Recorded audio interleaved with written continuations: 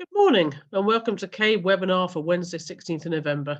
And today we're looking at correct ironmongery for fire and escape doors, helping you to understand why we need them and how to specify the correct ironmongery referring to the appropriate BSEN standards. My name is Rosemary and I'm the Regional Services Coordinator for CABE, and I'll be your moderator for this morning's sessions. We like to make our webinars as interactive as possible, so we do encourage you throughout the session to send in any questions as we go along, which we'll address with a question answer session at the end of the presentation. If you're watching us live, you can use the side panel to send in your questions. The speaker will host a Q&A session at the end of the webinar. Alternatively, you can get in touch with us via the social links below now on screen.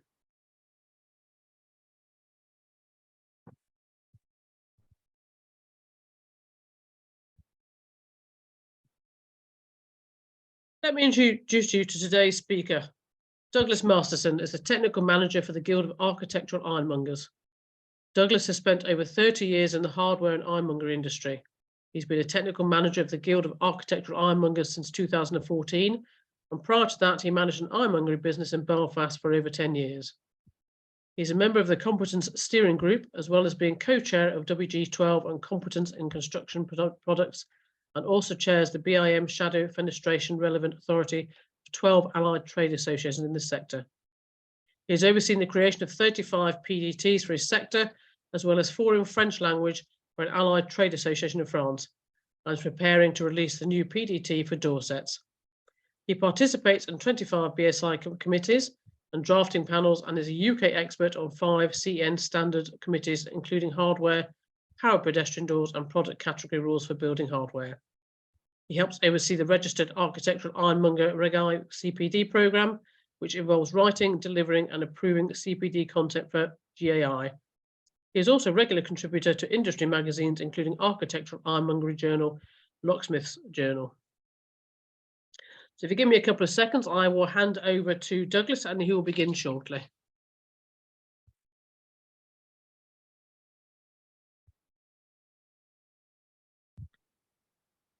Bear with us, please.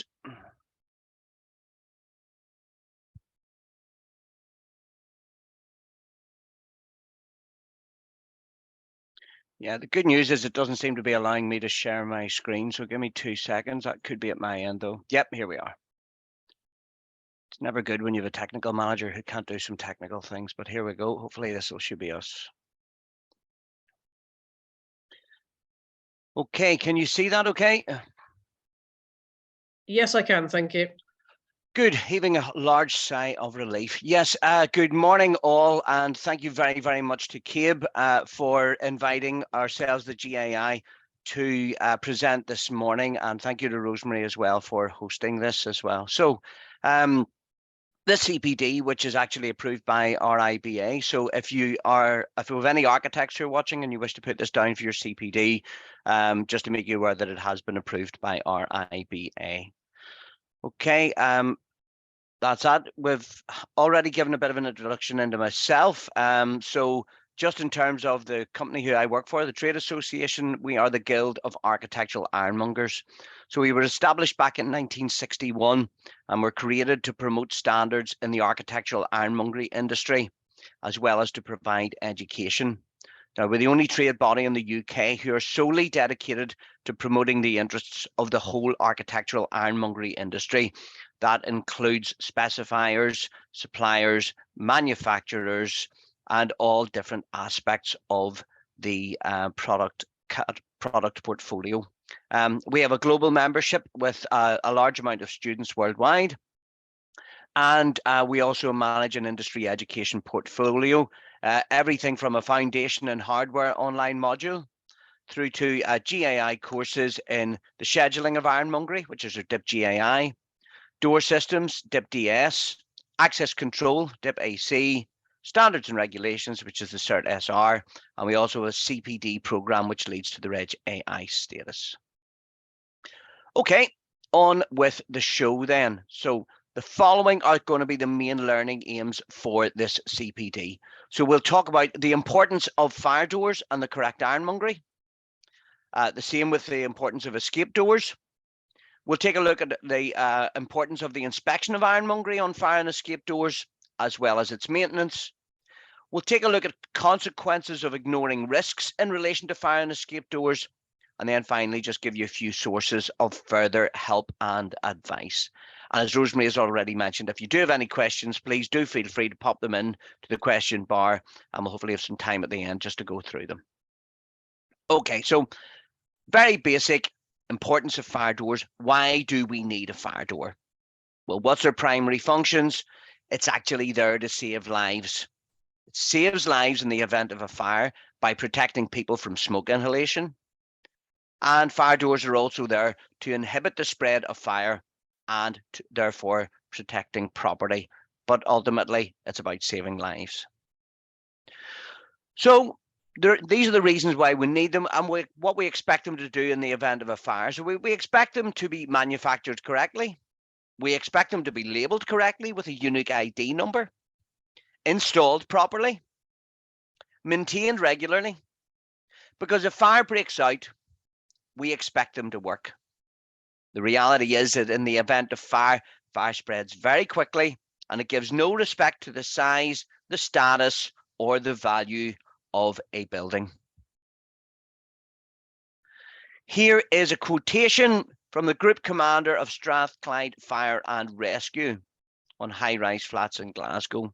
These doors certainly performed their function in exceedingly high heat.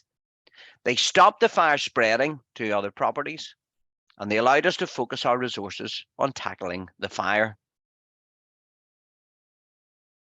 So what is a fire door itself? Well, a fire door is a door with a fire resistance rating, which is used as part of a passive fire protection system to reduce the spread of fire and smoke between separate compartments of a structure and to enable safe egress. Now, they can be made from metal or timber or composite material. They can be clad in other materials. Some have glazed vision panels, some do not. There's all different types of fire doors. Whatever type of fire door it is, though, they must be installed to replicate their tested condition. And if you make any changes to them in any way, you're likely to negatively affect their fire performance and certainly nullify any third-party certification which they may have, or their CE or UKCA mark where appropriate. Now, buildings are, of course, divided into compartments by fire-resisting walls and ceilings and floors. And a fire door protects an opening in a firewall and will therefore have the same level of fire resistance as the wall itself. For example, 30 minutes or 60 minutes. So when the fire door is closed, and that's a key thing here, it's not just to have the fire door, it's to ensure that it is properly closed. It can stop any fire and smoke spreading, provide a safe and protected escape route while people evacuate the building, and also provide some protection for firefighters when they're entering the building. Now, we're going to talk about 3 different types of fire doors which are identified as follows, and you'll see very often on a fire door these 3 signs, and they're used in different applications. So number 1, which is the one that you'll see most of, is going to be fire door keep shut, and that's for doors which are self-closing, used for the passage of people. So a self-closing fire door can be useful also where it's also used for privacy, such as an interview room or security for wages office. But if it's a standard fire door, you'll see fire door keep shut, and you should see it on both sides of the leaf. Now, the second sign that you may see will say automatic fire door keep clear. So they're for doors which are held open or swing free, but which revert to self-closing as soon as the fire alarm sounds. So in corridors, for example, a fire door can be a bit of a nuisance.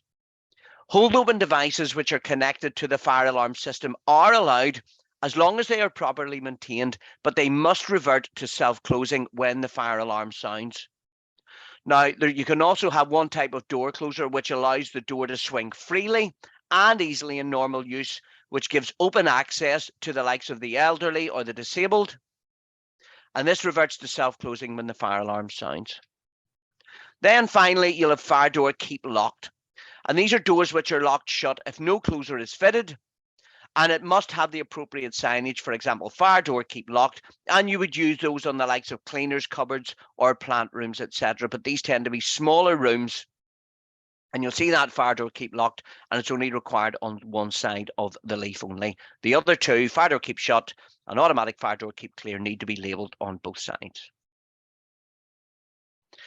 Okay, so let's take a little look at the items of ironmongery or fire door hardware which are essential to a fire door's performance. Now, they can vary from door type to door type, and indeed on an ironmongery schedule you can have many different sets or different set types of ironmongery on a door, and that's where we in the GAI will come in. We will teach our members how to schedule and how to specify ironmongery correctly.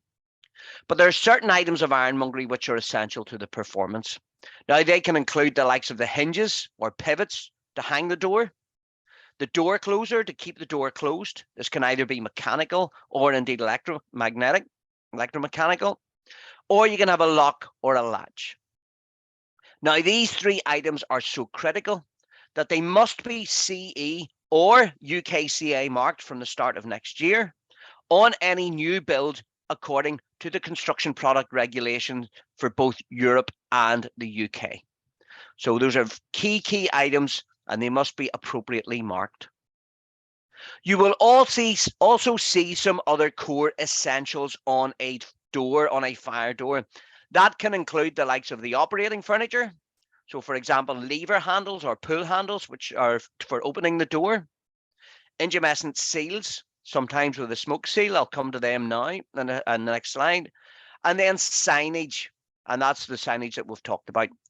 Really, if you're going to put items onto a fire door, particularly if it's going to be mortise, you really need to have proven fire performance. This will either be in the form of a fire test evidence or a fire test assessment. Now, I mentioned intumescent seals. So what do we mean by intumescent seals? Well, these are vital to the timber fire door, because what happens in the event of a fire is you'll see that hot gases will pour through the small gap between the door and the frame, as you'll see here, just in the top left-hand corner. And that's because the heated air around the fire expands, and this causes a pressure buildup. So in order to get around this, you will need these types of seals, and these are for timbered fire doors, not for steel doors.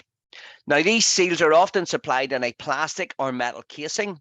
Sometimes they will have an integral smoke seal as well if they're for fire and smoke doors, and that will include the likes of a wiper blade or a brush type. You see, for example, there. These are fitted to the sides and the top of the door or the door frame itself. And when heated by fire, they will expand. The intumescent expands, as you can see there, to fill the space between the door and the frame, and that just stops the smoke, etc., coming out, and as you will see in this particular illustration. So that's intumescent seals. We'll move on to the role of escape doors now. Now, sometimes people will wrongly call an escape door a fire door. They'll say, I'm just going to escape through this fire door here. So that is not necessarily the case. You may have an escape door which is also a fire door. So, however, escape doors are usually on the perimeter of the building, and they are the last doors that you will pass through on the escape route to a place of safety. And there's an example there of an escape door with the appropriate panic hardware and the appropriate signage. Now, there are two types of escape doors which we're going to talk about. One is for panic escape, and one is for emergency escape. I'll talk about those in the next few slides, but panic escape doors will have a bar across all or most of the width of the door, as you'll see in the top here, image number 1. And then you can have emergency escape doors, which have a push pad or perhaps a lever handle, and they are normally the BSEN 179. Now, panic doors like this will open outwards in the direction of escape. And there's no choice with panic bars. You push the bar and you will open, the door will open and you will escape. Emergency escape, which I'll talk about shortly, is slightly different. You can actually have emergency escape doors which will open inwards, but vast majority of doors in escape will be opening outwards. So we'll talk about panic escape. This is under the British and European standard BSEN 1125. Now, panic bars must be used where there are more than 60 people who are likely to use the exit, or where people are unfamiliar with the building and therefore are likely to panic in an emergency. So, for example, in public access areas. Now, there are many different types available, some with one locking point, others will have multiple locking points. But the one thing that you'll see is this bar that goes across the width of the door. This is a touch bar. This is a push bar, but they both work in panic, where you have literally, you push with your hand or even another part of your body, and you will be able to escape through that door.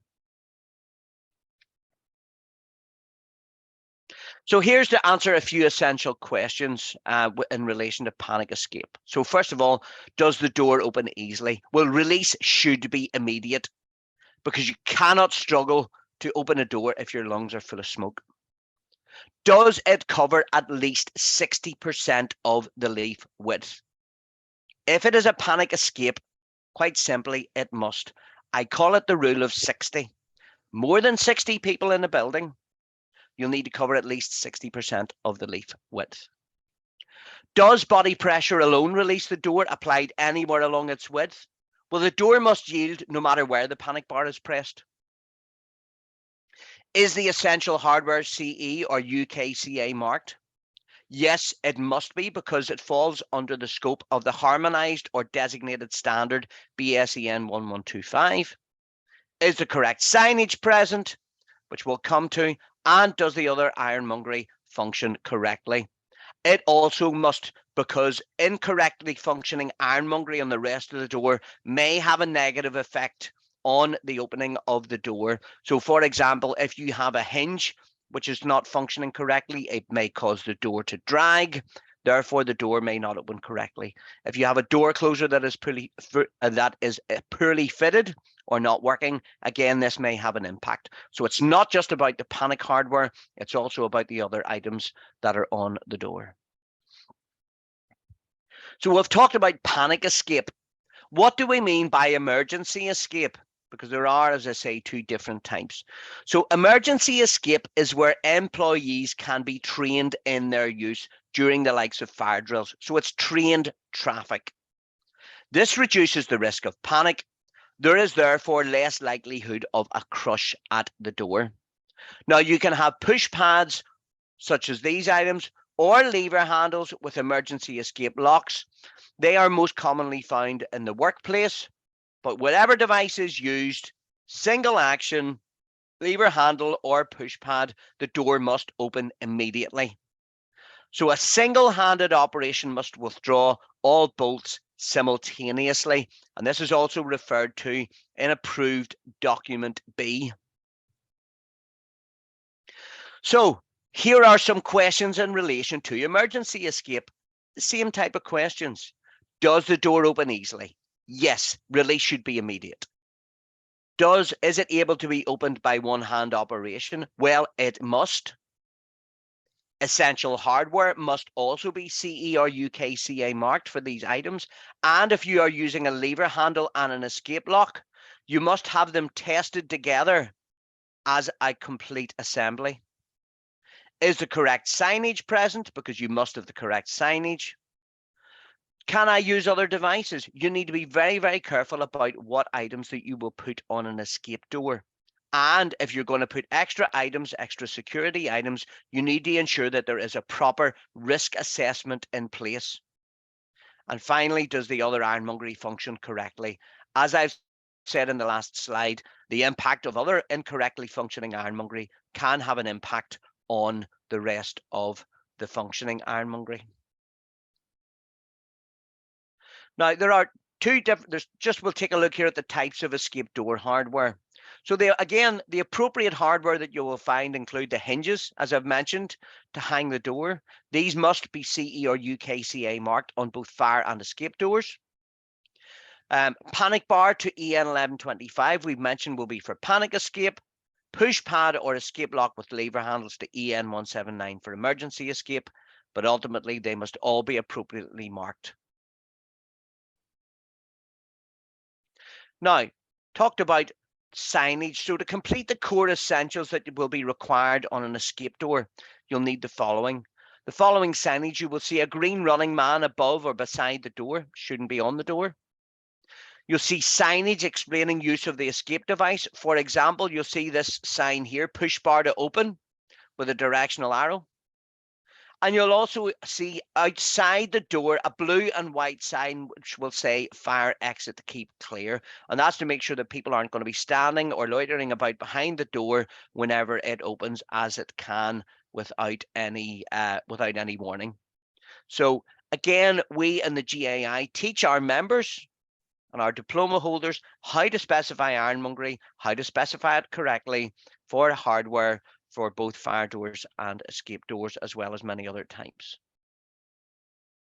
Now, there is a further standard as well, which is available, called BSEN 13637, because 1125 and 179, which I've mentioned, relate to mechanical items. But there is a standard which was released back in 2015. It's not a harmonized or designated standard, so it's not compulsory to use it, but it is available. And as with any standards, we would always recommend, if standards and where standards are available, that they do be used even where they're not compulsory, as a means of complying with best practice. So this standard specifies requirement for performance and testing of electrically controlled exit systems for either emergency or panic situation on escape routes. And it's really there to cover electrically controlled exit systems that are either manufactured and placed on the market in their entirety by one manufacturer, or assembled by more than one manufacturer and placed on the market as a kit in a single transaction. In other words, it has to be tested as a complete assembly of parts together. It's not enough to say, I have this element has been tested and that element has been tested and this element hasn't. It has to be done, and it has to be done together. It has really been there to provide clarity and testing methodology on solutions for electrically operated systems. Now, you can combine electrically controlled exit systems with some mechanical exit hardware, but they must have been tested to the 1125 or 179 standards, which I previously mentioned. Exceptional cases do allow inward opening doors, such as hospitals and classrooms, where local building regulations allow by way of exceptions. So when we're taking a look at escape door hardware, we don't just need to take a look at its functionality, but we also need to take a look at other elements. So for example, accessibility. So many of you will be aware of the code of practice for design of buildings, and that has been there to meet the needs of disabled people. So BS 8300 is available and is split into parts 1 and 2 for both external and internal. Now, BS 8300 mentions that panic exit devices to the EN 1125 standard require a maximum operating force of 220 newtons, and emergency exit devices to 179 require a maximum operating force of 70 newtons for lever handles and 150 newtons for push pads. So these will all be included within the data from the manufacturer. Okay, we're going to move tack slightly now. Take a look at fire door inspection. So let's look at why we should perform these inspections on fire doors, in addition to the benefits for the building operator. It'll also look at the process itself of inspecting the fire door. Now, there are some reasons why you will need to have a fire door inspection. And the reality is, as we've mentioned before, that they should be inspected because they form a vital part of the fire compartmentation of a building. So you really need to ensure that they are kept in suitable order. It's a sad fact that, and many of you will know this, that many existing fire doors are poorly fitted. It's a huge frustration to us in the ironmongery and fire door world. There is so much work that goes on into specifying and into manufacturing and ensuring that is right, which can be very, very often, sadly, undone through poor fitting of the fire door. Another reason is that doors are an ongoing operational expense. They therefore require regular maintenance schedules. We mentioned this before, but fire doors are critical life safety products. any life safety product that you would have in your building is something that you would want to ensure is properly maintained and properly inspected. And I have a bit of a rogues gallery now of some real life examples of fire doors that have been inspected, and they will show why we need to have inspections. So don't know how well you can see that, but on the top left hand corner here, look at the gap. You could actually put half a cigarette box on that gap. Ironically, the cigarette box says smoking kills. If you take a look at the amount of smoke that could fit underneath that fire door, that would be a scary prospect. Here's another one which is horrendous. This is in a nursing home where there was a rail that was fitted for a stair rail. And what they did was they cut a hole in the fire door in order to allow the rail to be fitted. You can only just imagine what would happen in terms of that functioning as a fire door in the event of a fire. If you take a look at the gap between the leaves and picture this top picture here, again, you'll see how much of a gap that there is and how smoke could get in through that. And also in the bottom here, you'll see that this door on the left-hand side doesn't even close properly into the frame. Any of these doors will not hold back fire and smoke effectively. That being the case, they will endanger life and they will allow damage to property.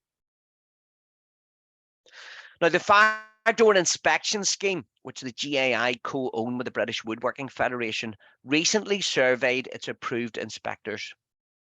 Based on more than 100,000 fire door inspections that were carried out by the approved inspectors in 2021, they issued a warning. 3/4 of the fire doors failed inspections. That is a scary prospect.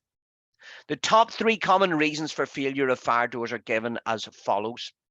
Number 1, excessive gaps between the door and the frame. So there's a standard for fire door assemblies, BS 821. This states that a typical gap to achieve good fire performance is between 2 and 4 millimeter. It mentioned another failure was issues around the smoke sealing, and another one was care and maintenance issues. Any of those faults could prove fatal in the event of a fire. Now, in relation to fire door inspection, there are some real benefits for the actual building operator, for the client itself. Number 1, it provides confirmation that fire doors are compliant and that they will perform as designed in a fire situation. Also, once it has been inspected, the non-compliances are then detailed by the competent person who's done the inspection, and that's as referenced in the Regulatory Reform Fire Safety Order. Also, inspections can therefore be in line with a building's fire risk assessment or their fire strategy, and that can form part of the building's health and safety policy. Further benefits, it will ensure compliance of the fire door over its whole life cycle. Inspection recommendations from the fire door inspection should then be detailed, and that will allow any necessary repairs to be clearly identified, listed, and then acted upon, because this provides then a working document. This is produced, this will enable exact costing to be done and therefore avoid unnecessary works and expense. And of course, it will also, for the building operator, help with implementing a suitable maintenance regime for these critical items. Now, this section, we're going to look at the process itself of inspecting fire doors, including what should be looked for and how it should be done. Because the reality is inspection of a fire door is about much more than whether the door closes or not. Fire door inspections require particular specialist knowledge. Now, I know a fair bit about fire doors myself. I know a fair bit about ironmongery, but I wouldn't consider myself competent to be a fire door inspector. A thorough inspection of the fire door will need to be performed, and the inspectors are there not just to inspect the condition of the doors, but the suitability of the installation and the compatibility of the components. We've already talked about the importance of the right component within the fire door, as well as on the escape door as well, if it's being inspected. Now, checks made during the inspection should involve looking at the different components. This can include the hold open devices, the closing devices, locks, latches, air transfer grills, glazing. We haven't even mentioned glazing, but that's another topic within itself. Intermittent protection, which we have mentioned, handles, and the fixing methods.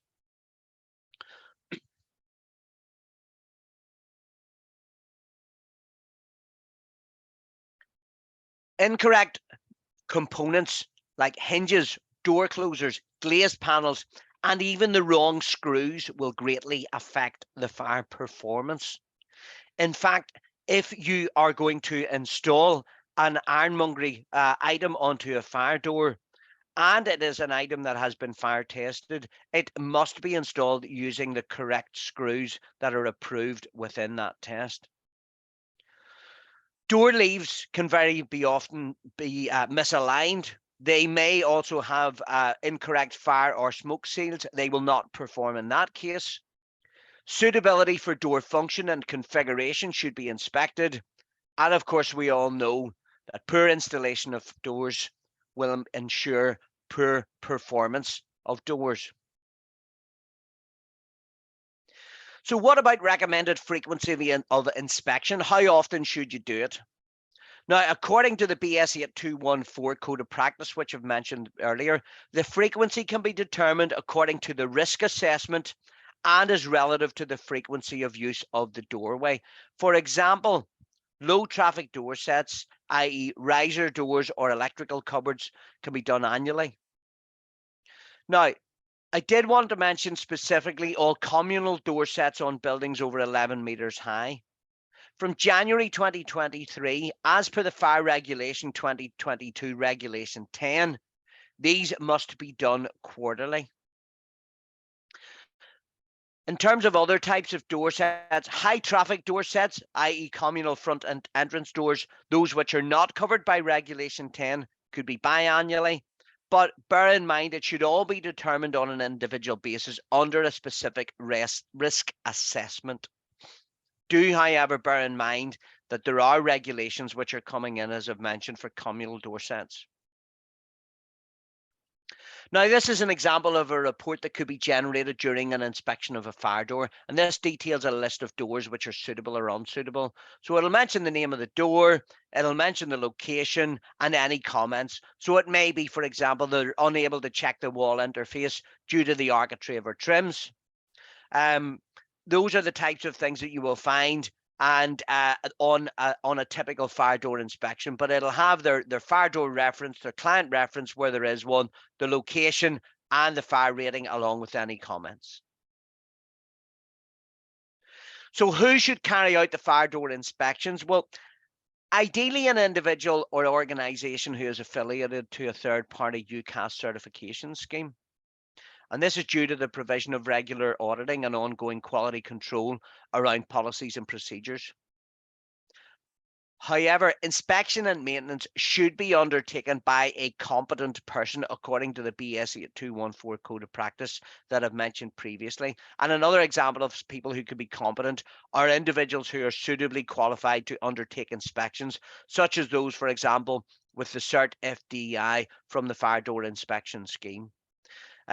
But whoever is going to carry it out, and bearing in mind that we are now in a Building Safety Act world where there is an increased onus on competence, always ensure that anybody who is involved in anything with fire doors or escape doors should be appropriately competent and should be able to demonstrate their competence in these areas. So I'm going to move on now to maintenance of ironmongery. Now I've looked at inspection. So why do we need to maintain ironmongery? Why do we need to maintain fire doors? Well, this is what it says in the Regulatory Reform Fire Safety Order 2005. Where necessary, in order to safeguard the safety of relevant persons, the responsible person must ensure that the premises and any facilities or equipment and devices are subject to a suitable system of maintenance and are maintained in an efficient state, in efficient working order, and in good repair. So I'm going to give you some practical tips here on maintenance of some key elements of ironmongery. This is all that they are, they're just tips. But might be useful. So if we start with hinges, you should check each of the following. Tighten and replace any missing fixings that there may be. Check for wear at the knuckles of the hinges in and around here. Check for rising pins, because you may have types of doors where there are pins which can protrude. If the door has dropped, you should replace all 3 hinges and consider doing so with better quality hinges. If the door has dropped and it is a fire door, it is likely that it will not close fully into its frame. If it does not close fully into its frame, it will not work as a fire door. You could consider with hinges using self-lubricating long life bearings on the hinges, which will give better performance. And as I previously mentioned, hinges on fire escape doors must be UKCA or CE marked to BSEN 1935. Door closers, again, you should also check that they're CE or UKCA marked, this time to the harmonised or designated standard BSEN 1154. Critically, the door must fully close from any angle, and this is something which is referenced in approved document B. So if it is a fire door, it has to be able to close from any angle and also over any latch. Key issue here with door closing devices is you should not have a mechanical hold open device. So you can get a mechanical hold open arm which can be fitted to a door closer. They should never ever be used on a fire door. If you're using any form of hold open on a fire door, you should use electromechanical, something that will hold it back but will release on a fire alarm, as I've mentioned previously. Any controls should be concealed or tool operable only on the door closer. Delayed action, which you may sometimes find on a fire door, should not exceed 25 seconds. And of course, check if there are any leaks on the door closer. If there are any leaks, replace it. Don't ask any questions. That can very often make a difference as to whether the door will close or not. It may still function if there are some leaks, but eventually it will break down. So do be very, very careful on that. Locks, you should check each of the following. Check that any latches close easily. Check that the bolts align with their slots in the strike plate or box keep.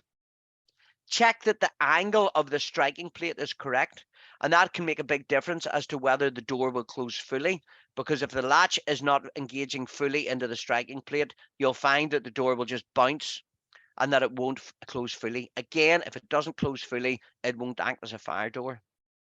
Locks on fire and escape doors must be CE marked or UKCA marked. There are different standards that can be used. If it's a mechanical lock, it'll be BSEN 12209. If it's an electronic lock, such as a solenoid or motor lock, it can be the BSEN 14846. And if it's an escape lock, then it should be BSEN 179. We talked about intumescent material earlier. An intumescent material can be used on a seal the whole way around the perimeter of the fire door. However, intumescent material can also be used on elements such as hinges or on locks. Now, intumescent material, whenever you're taking a look at potentially replacing it, it must be the same type or quantity or thickness as what has been tested in the fire test. It is not always required on a fire door. And there is a bit of a difficulty with intumescent, because rule of thumb is that normally an FD30 does not require intumescent on the hinges or locks. That's not always the case. FD60, you will normally find that it is required. But what we would always say in relation to any ironmongery or any intumescent is always check the fire test evidence, always check the fire door manufacturer, check the fields of application from the fire door manufacturer as well. So that can be a bit of a grey area with regards to intumescent material for locks and for hinges. But do always be aware that no matter what the fire test evidence is for the element of ironmongery, it's the fire test evidence for the complete fire door, either the assembly or the fire door set, which will trump everything.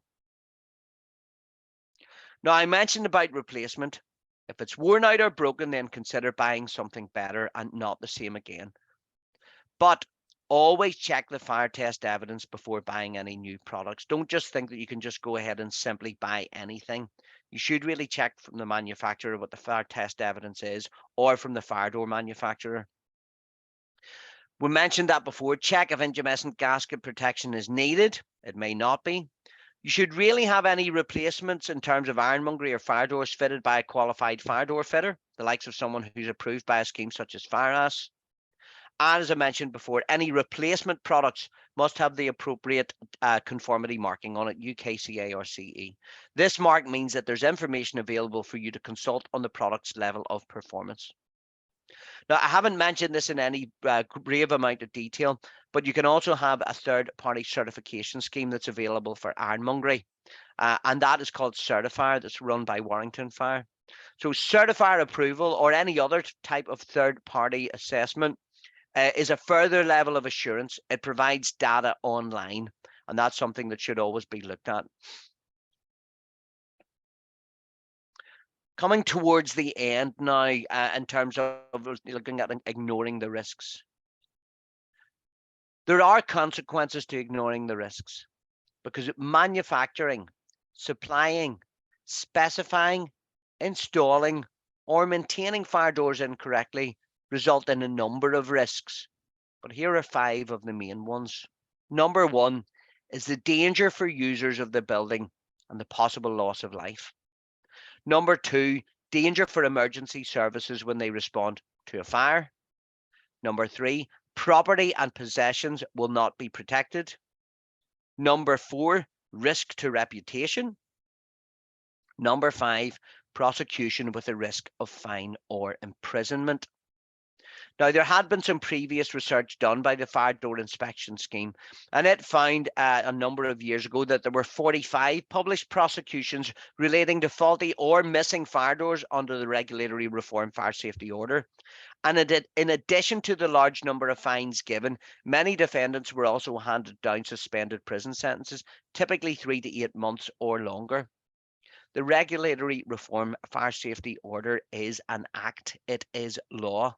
Therefore, it is really, really important that that is adhered to, because it is the law of the land and there are consequences. There's further legal obligation in Wales, in Northern Ireland, in Ireland, and in Scotland as well. Now, fire and rescue services in Great Britain have the power to restrict the use of a building. They can even close a building. And there were a number of cases that were related to the RRO reported, which involved even nurseries or care homes, buildings which house the most vulnerable. In the majority of situations, these were either put into special measures or closed down altogether. But here's the important thing, and very often people miss this because they think of a door as just a door. Fire doors are not just a standard door or any other door. They are highly engineered parts of a building's fire protection. What we would always say is, if you look after your fire doors, they in turn will look after you. God forbid that you need them to work properly in the event of a fire, but you will thank God if they are done properly. And that is a really, really important element. So I have some sources here of further information which might be of use to you online. So on our website, which is gai.org.uk, you'll see various different tabs. One of them is for knowledge. If you look at gai.org.uk/knowledge, there are some resources. Some of these are for GAI members only, but some are not. The ones that are not, which would be available, would be the Specifiers Resource Book and the GAI Specifiers Guides. So you'll see those on the Specifiers page. You can see the Architectural Ironmongery Journal. So if you go onto our website and look at news, you can download the AIJ, and that's filled full of information for our industry. And as well as that, if you go to firecode.org.uk, there is a code of practice for hardware for fire and escape doors. Now, it's currently being revised, but it has a wealth of information in this and is referenced in approved document B, as well as the equivalents to the approved documents throughout the UK and the Republic of Ireland as well. Anybody wanting further information or advice can also consult the services of a Reg AI. That's a registered architectural ironmonger. And you can look those up on our website under Find a Member. And also for further information, you can look at the FDIS Fire Door Inspection Scheme website. Okay, just to sum up, what have we learned? The importance of fire doors and the correct ironmongery. The same for escape doors.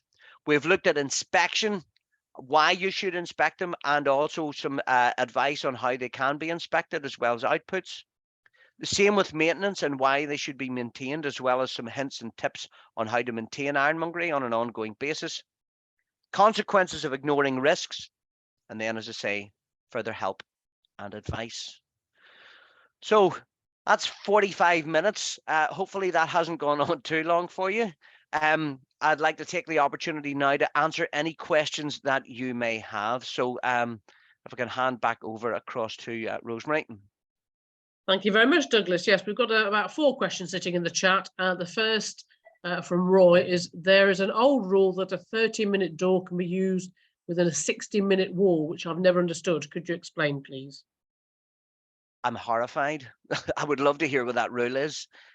You shouldn't be using a 30-minute door in a 60-minute wall. The whole point of compartmentation is that you should have a matching compartmentation of a 60-minute door within a 60-minute wall. Now, if it is an older rule, that may be something that has been hanging about for a long time. Certainly not something that I'm aware of, and certainly something that I would be very, very concerned when it comes to it, because a door has been tested, and it can be tested as an FD30, but if it's an FD30, it really should be a 30-minute fire door for going within the 30-minute wall. Lovely, thank you. And then from Angie, please can you give us some advice where a fire door blank is purchased? Is there some rule of thumb we can apply about installation of the ironmongery locks and handles? Aware of need to comply with test certificate, but these are not always easily available to view, especially for domestic clients who buy a blank from DIY stores. Yeah, it is a difficult one. It is. I mean, what we would say is that anybody who's installing a fire door needs to be competent to do so. And there are schemes out there for those who want to install fire doors. So I mentioned the likes of the Fire Ass scheme. I suppose it's about that demonstration of competence. The likes of the British Woodworking Federation, the BWF, have a number of guidance documents as well with regards to fire doors installation and best practice as well. So if you do look up the British Woodworking Federation, you'll find a host of advice on that as well. So hopefully that's of help. Okay, thank you. And then one from Mark. For fire door inspections and the BS stating it needs to be done by a competent person. The issue many of us are finding in the industry is FM providers sending their staff on a one-day fire door inspection course and thinking they're competent at the end. It's the training provider stating the course is the fire door inspector's course. Is there any document that states what accreditation or training is required? Unfortunately not, and it is an issue that I suppose that we are aware of. There are a number of courses, if you just Google them. Some of them you don't even need to be, you can actually do them just on sitting behind your laptop. The last thing I would want to do, as I say, I've been in the ironmongery industry 30 plus years, even though I look so young. But I have been. The last thing that I would want to do is say that I'm competent to go out and inspect a fire door.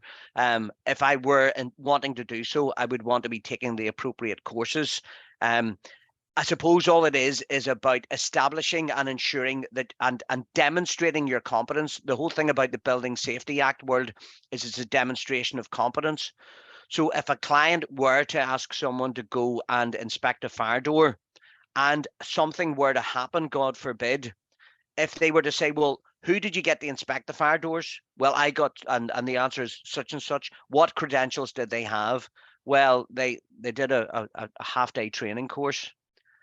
We know, for example, that in the fire door inspection scheme, there are 2 courses that you can do. One is a diploma in fire doors, which is it's almost like a foundation, the DIP FD.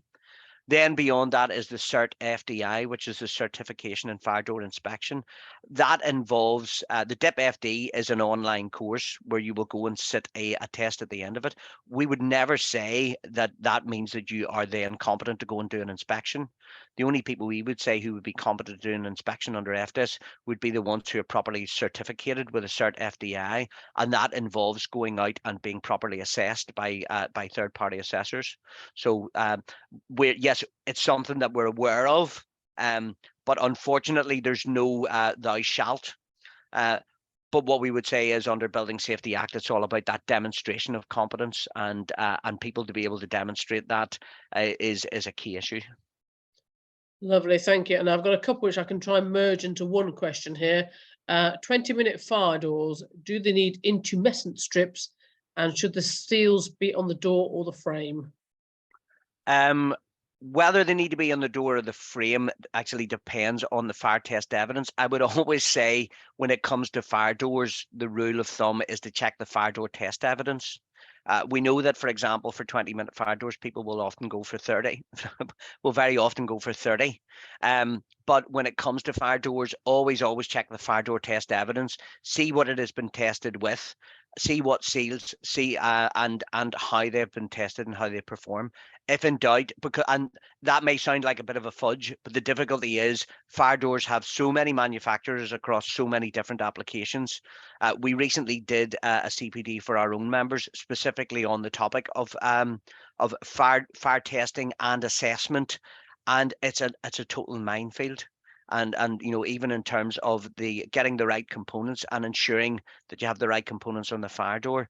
As I said earlier, though, always check with a fire door manufacturer, check what their fire door test evidence is, and use that as your rule of thumb. Lovely, thank you. And I've got panic escape ironmongery for areas serving more than 60 persons. Can you have a security device such as a green brake call point and link to the fire alarm provided as security measure in these doors, or are these only suitable for non-panic escape doors? Yeah, with green brake glasses, it is. I presume this is something that you would be using, for example, as with the likes of a magnetic lock, where you will have a panic escape device and a panic escape device and a green brake glass.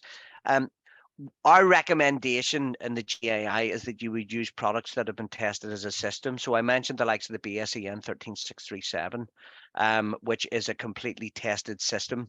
You can also get, if you do wish to have access control on a panic door, you can get a solenoid panic bolt, which allows access control from the other side, and means that you always have that form of escape. You can use a green brake glass. We don't really recommend it, but there's nothing to say that you can't. Lovely. Okay, we've got quite a lot of questions coming in. You're clearly very popular. One from Roy: is there any information available for the fitting of ironmongery to fire doors? Interested in ensuring that items such as locks, latches, etc. are fitted correctly, and they need to include any intimacy. Normally, with regards to fitting, what we would say with fitting is that the best fitting instructions to use are those that come by the manufacturer themselves. So at the moment, what we're doing is putting together actually an end user guide for ironmongery. It's a large project that I'm in the middle of at the moment, and it will be available to all, not just GAI members. So do watch this space. Fitting of ironmongery, you could have a joiner where he will turn around and say, I've been fitting door closers for 25 years, and a door closer is a door closer. That horrifies probably not just me, but most of the people who are on the call at the moment. Always, when it comes down to installation guidance, always use the installation guidance from the manufacturer themselves. These are always available on their websites, or should be. And if in doubt, check the source from where you're buying from, either a merchant or an architectural ironmonger, to be able to help and assist. But the main protocol would always be the fitting instructions from the manufacturer themselves. Lovely. And then one, it's an anonymous one from: do existing doors need to have the UKCA CE markings, i.e. 30 to 40 years old, but working and in good condition? No. It's as and when the building was handed over is when the building regulations apply. However, if you go to do a replacement on the door, you would then be required to have product which is up to standard at the moment. So you would then need the CE or the CE/UKCA marking. But it comes down to when that it was handed over and the building regulations at that time. Lovely. And then from Kevin, what is the correct spacing of hinges? Or can you have two close together at the top of the door? Correct spacing of hinges. And again, this is one where when it comes to fire doors, the best place to look is the fire door manufacturer's field of application or their instructions. Some people like to fit the fire door where you'll have two at the top and one closer to the bottom. Others like one, and one, sort of top, middle, and bottom. But the reality is, it's what has been, if it's for an ironmongery for a fire door, the hinges for a fire door, it will be as tested. So as tested, or what is as allowed by the fire door manufacturer, that trumps everything. And again, this is what was said about when people saying, "Oh, I've been installing ironmongery and fire doors for all my life." That may be the case. You may not have been doing it right though. So always check with the fire door manufacturer, check with their field of application, and that will tell you what is allowed. Okay, and then one from Tina. Please clarify to the group that fire doors and compartment walls should achieve the same rating as well as the wall they're installed in.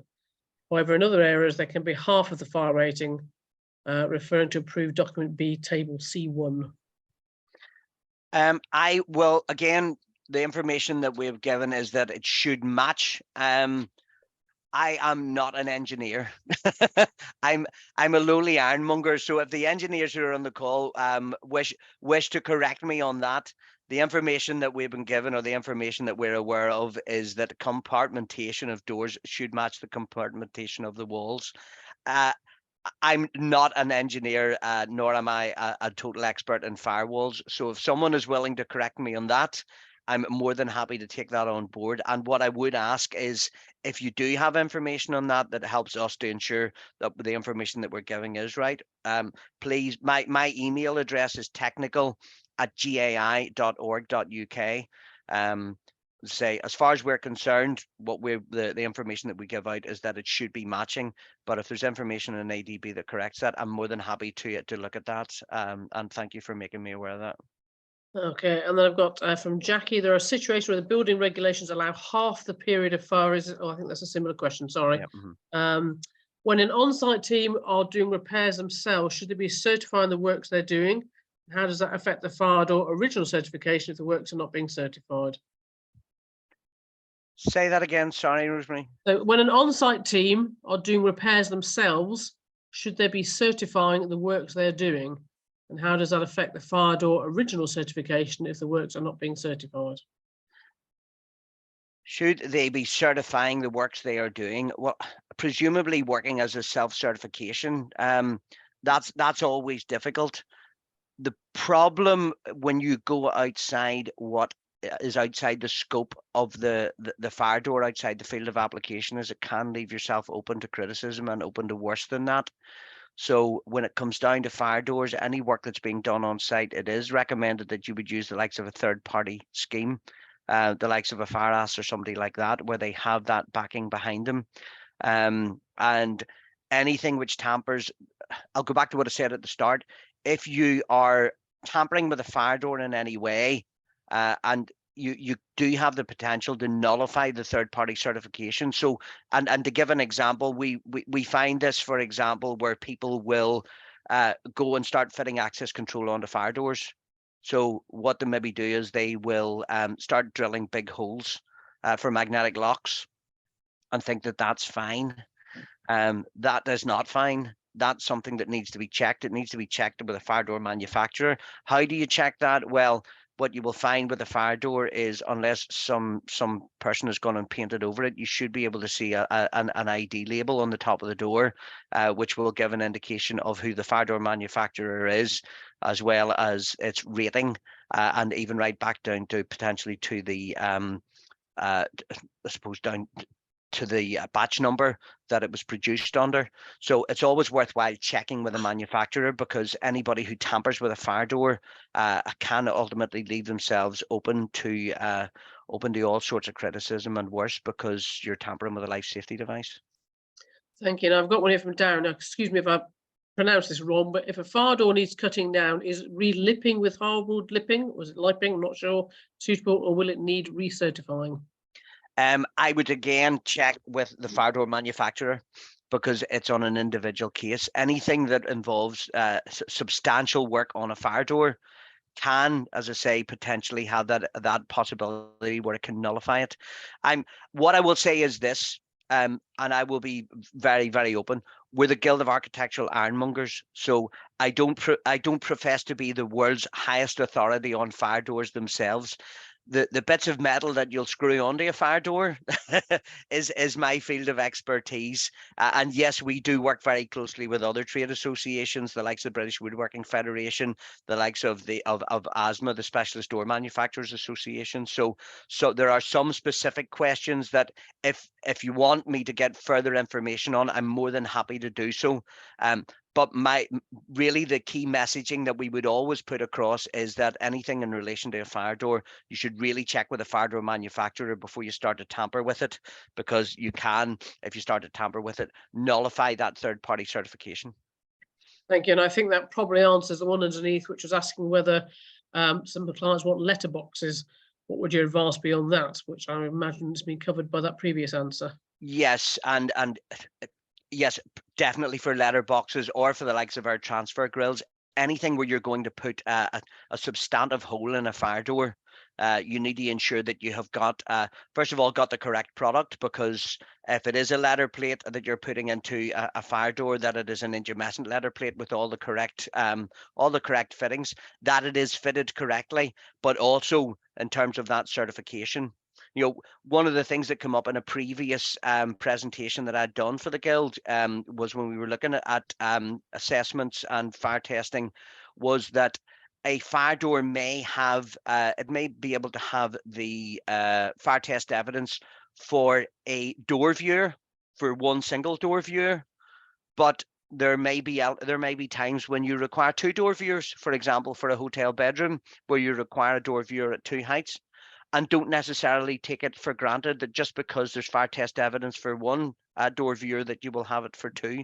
Very often what will happen with a fire door manufacturer is, if it's not within their scope, if it's not within their own field of application, they will then approach their third-party provider themselves, the likes of Certifier or people like that, and ask them, look, can we have this covered?